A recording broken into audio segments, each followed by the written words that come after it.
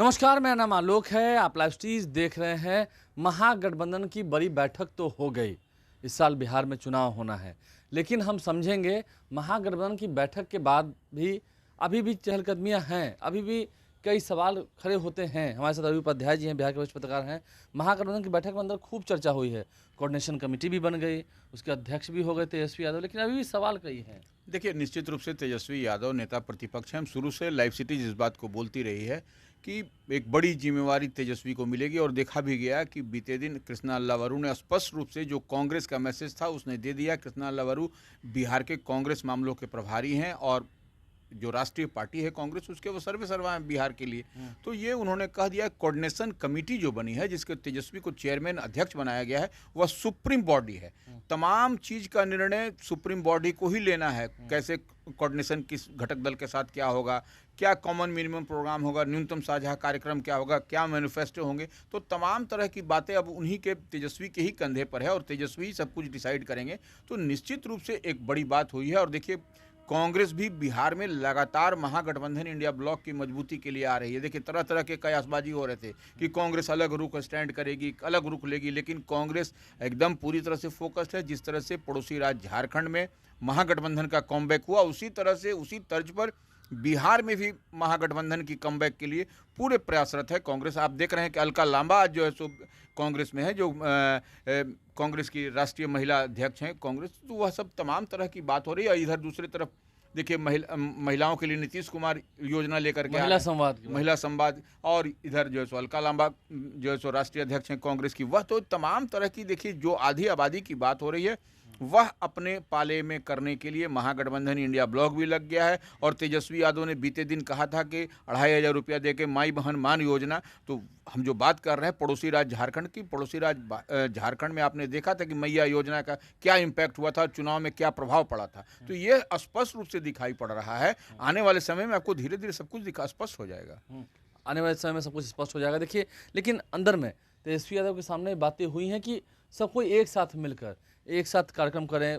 मतलब ये भी इशारों में कहा गया है कि मतलब कोई एक पार्टी अगर अकेले निकल जाएगी तो उससे कुछ होना भी नहीं है अकेला। देखिए, बिल्कुल इसीलिए जो है सो जिला कोऑर्डिनेशन कमेटी भी बनाई जा रही है महागठबंधन की। उसके बाद प्रखंड, उस सब तमाम तरह के जो भी नेता, जो भी कार्यकर्ता, जो भी इधर उधर थे, वह पूरी मुस्तैदी के साथ। और अब तो बात भी कह दिया गया है कोऑर्डिनेशन कमेटी में भी 2-2 सदस्य रहेंगे हर घटक दल अलायंस के। और जब जिला स्तरीय जब कमेटी होगी, मैंने अलायंस पार्टनर की जब मीटिंग होगी और उसके पटना में भी उससे पहले मीटिंग, तो यह तमाम तरह की देखिए ये ब्लूप्रिंट तैयार है। हम बार बार एक बात कर रहे थे, जो लोकसभा में नेता प्रतिपक्ष राहुल गांधी के समक्ष तेजस्वी यादव ने बिहार के विधानसभा चुनाव को लेकर के, अलायंस पार्टनर को लेकर के जो ब्लूप्रिंट रखा था, उसी ब्लूप्रिंट पर बिहार में भी बीते दिन जो महागठबंधन की बैठक हुई आरजेडी के प्रदेश कार्यालय में, उस पर मुहर लगी है। उस पर मुहर लगी है। लेकिन देखिए, अब कांग्रेस पार्टी भी है तो तेजस्वी यादव को भी थोड़ी सीट छोड़नी होगी, कांग्रेस पार्टी की भी सीटें कम होंगी। देख, पिछली बार 140 सीटों पर आरजेडी लड़ रही थी, 70 सीटों पर कांग्रेस।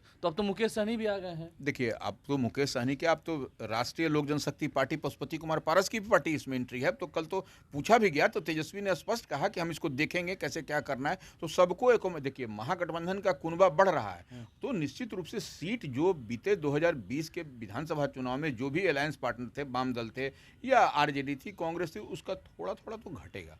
और यह जिम्मेवारी तेजस्वी को ही दी गई है कि कैसे सबको एकोमोडेट करना है। तो निश्चित रूप से देखिए, अगर यदि बड़ा टारगेट अचीव करना है, बिहार में सरकार बनानी है और सामने मजबूत पहलवान एनडीए है, उसको शिकस्त देना है। आप देख रहे हैं कि प्रधानमंत्री का प्रोग्राम हो रहा है, अमित शाह का प्रोग्राम हो रहा है, तमाम तरह के। और देखिए, तेजस्वी ने स्पष्ट रूप से कहा ये डबल इंजन की सरकार है बिहार में, क्राइम और करप्शन, इसी को डबल इंजन कहते हैं, स्पष्ट रूप से कहा।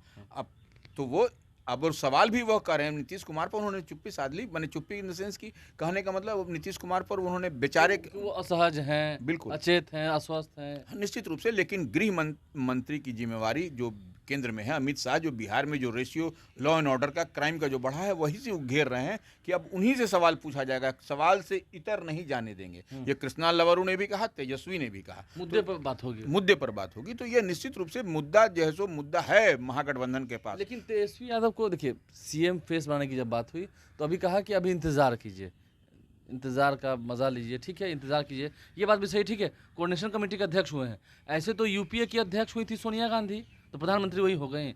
शरद यादव को भी एनडीए की यहाँ की जिम्मेदारी मिली थी बिहार में, आपको तो पता ही है। नहीं देखिए, शरद यादव सोनिया गांधी से इसको कंपेयर मत करिए। आप देखिए, एक बात अगर शुरू से अगर यदि जो आदमी देख और समझ रहा है, वो स्पष्ट रूप से कहा गया था कि जो भी स्टेट में जो भी माने पार्टियां ड्राइविंग सीट पर हैं वही कमान संभालेंगी। तो यहाँ पर निश्चित रूप से तेजस्वी यादव ड्राइविंग सीट पर है बिहार में, बड़ी पार्टी माना है। हुआ तो है ही, सिर्फ थोड़ी सी देर लगा रही है। कोई देर नहीं है। देखिए ये नहीं, कांग्रेस थोड़ा सा कड़क मिजाजी में है। नहीं, कड़क देखिए, कांग्रेस भी सॉफ्ट। आप देखिए ना, बड़े भाई की भूमिका में तेजस्वी है, तभी तो उनकी पार्टी कार्यालय में सब मीटिंग सीटिंग सब हुई और सब कुछ जो जितनी बात चर्चाएं थी वही चर्चा हो भी रही है। इससे इतर आपको कोई चर्चा नहीं हो रही है। और कांग्रेस जो है सो निश्चित रूप से देख रही है, स्पेस दे रही है कि आरजेडी कितना बेहतर कर पाती है, और बदला हुआ आरजेडी है। इस बात को समझिए, लालू प्रसाद यादव वाला आरजेडी नहीं है, तेजस्वी यादव का यह आरजेडी है। और उसके टोन और ट्यून सब कुछ बदले बदले आपको दिखाई पड़ रहे हैं। और जितना तेजस्वी मेहनत कर रहे हैं और जितना कोऑर्डिनेशन की काम कर रहे हैं, वो महागठबंधन इंडिया ब्लॉक को एकजुटता में लगे हैं। देख रहे हैं कि सन ऑफ मल्लाह मुकेश सहनी को भी